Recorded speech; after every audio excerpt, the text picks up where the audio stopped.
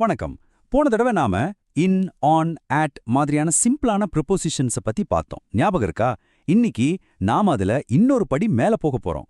ரெண்டு பேருக்கு நடுவுல, ரோட்டுக்கு குறுக்க, அந்த மலைக்கு அப்பால, இந்த மாதிரி விஷயங்களை எல்லாம் இன்னும் அழகா தெளிவா சொல்றதுக்கு சில வார்த்தைகள் இருக்கு.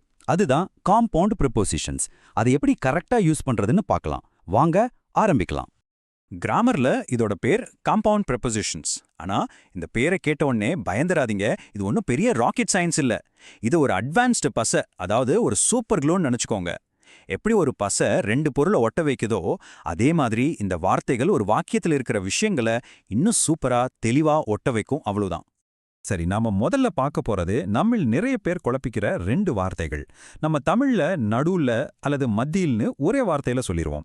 ஆனா இங்கிலீஷ்ல பிட்வீன், அமாங்னு ரெண்டு இருக்கு. அடடா, இதுல எதை எங்க யூஸ் பண்றதுன்னு ஒரு கன்ஃபியூஷன் வரும் இல்லையா? கவலையே வேண்டாம், அந்த சந்தேகத்தை இப்போ சரி பண்ணிடலாம். இதுக்கு ஒரு சூப்பர் சிம்பிளான ரூல் இருக்கு. பிட்வீன் அப்படிங்கிற வார்த்தையை கரெக்டா ரெண்டே ரெண்டு பேர் அல்லது ரெண்டு பொருள் இருந்தா மட்டும்தான் யூஸ் பண்ணணும். அதுவே ரெண்டுக்கு மேல, அதாவது 3, 4 இல்ல ஒரு பெரிய கூட்டமே இருந்தாலும் சரி, அங்க நாம அமாங் யூஸ் பண்ணணும். சோ சிம்பிளா ஞாபகம் வச்சுக்கோங்க. பிட்வீன்னா ரெண்டு, அமாங்னா கூட்டம்.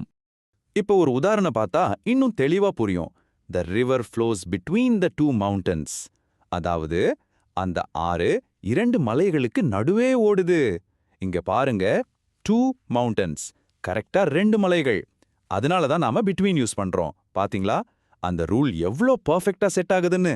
சரி, அப்போ அமாங்க்கு ஒரு உதாரணம் பார்த்துடலாமா? The teacher stood among the students. ஒரு டீச்சர் ஸ்டூடெண்ட்ஸ் நடுவுல நிக்கிறாங்க. ஸ்டூடெண்ட்ஸ்னா கண்டிப்பா ரெண்டு பேருக்கு மேல தானே இருப்பாங்க, ஒரு கூட்டமா இருப்பாங்க இல்லையா? அதனால தான் இங்க அமாங் யூஸ் பண்றோம். இப்போ இந்த ரெண்டுக்கும் உள்ள வித்தியாசம் உங்களுக்கு கிறிஸ்டல் கிளியரா புரிஞ்சிருக்கும்னு நம்புறேன். அடுத்ததான் நாம பார்க்க போறது மூவ்மெண்ட், அதாவது ஒரு இடத்தை விட்டு நகர்றத பத்தின ரெண்டு வார்த்தைகள், அக்ராஸ் மற்றும் பியாண்ட். ஒரு விஷயத்தை தாண்டி போற மாதிரி தான் ரெண்டுமே இருக்கும். ஆனா அதுக்குள்ள இருக்கிற சின்ன வித்தியாசம் என்ன, வாங்க பார்க்கலாம். இதுவும் ரொம்ப சிம்பிள் தாங்க. அக்ராஸ்னா ஒரு பக்கத்துல இருந்து இன்னொரு பக்கத்துக்கு போறது. சிம்பிளா சொல்லணும்னா, ஒரு ரோட்டை இந்த முனையிலிருந்து அந்த முனைக்கு கிராஸ் பண்றோமே, அதுதான் அக்ராஸ். ஆனா பியாண்ட்னா ஒரு எல்லைக்கு அந்த பக்கம், ஒரு மலைக்கப்பால், ஒரு கேட்டுக்கு அந்த பக்கம், இந்த மாதிரி ஒரு எல்லையை தாண்டி இருக்கிறத சொல்றதுக்கு பியாண்ட் யூஸ் பண்ணணும். இது நம்ம எல்லாருமே தினமும் கேட்குற ஒரு விஷயம்தான். Look both ways before you walk across the road. இங்க நாம ரோடோட ஒரு சைட்ல இருந்து இன்னொரு சைடுக்கு நடந்து போறோம். அந்த கிராசிங் நடக்குது இல்லையா? அதனால தான் அக்ராஸ்ங்கிற வார்த்தை இங்க சரியா இருக்கு. இப்போ அந்த உதாரணத்தை பாருங்க.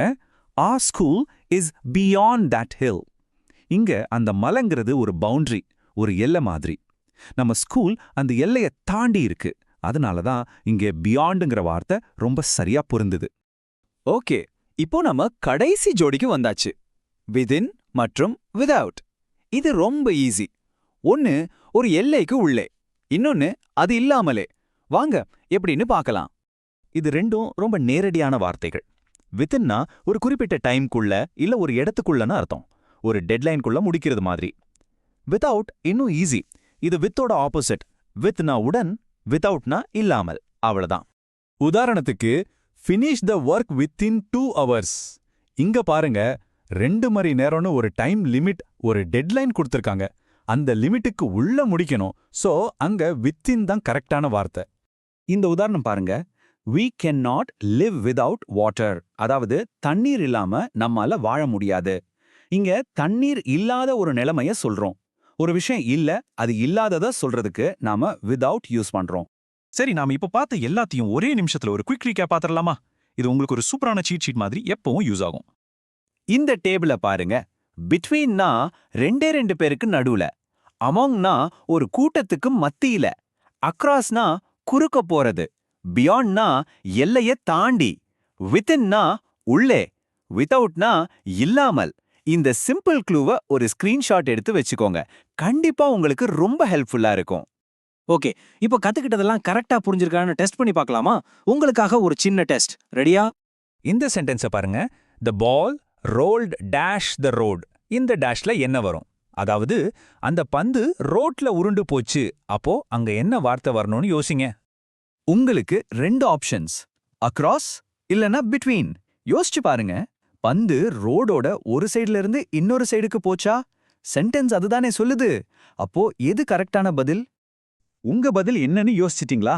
டக்குன்னு அதை கீழே கமெண்ட்ஸ்ல டைப் பண்ணுங்க. பார்க்கலாம் எத்தனை பேர் கரெக்டா சொல்றீங்கன்னு. இந்த விளக்கம் உங்களுக்கு பிடிச்சிருந்தா மறக்காம ஒரு லைக் போடுங்க. உங்கள மாதிரி இங்கிலீஷ் கத்துக்க ஆசைப்படுறவங்க ஃப்ரெண்ட்ஸுக்கும் இதை ஷேர் பண்ணுங்க. அடுத்த தடவை இன்னொரு இன்ட்ரெஸ்டிங்கான டாபிக்கோட உங்களை சந்திக்கிறேன்.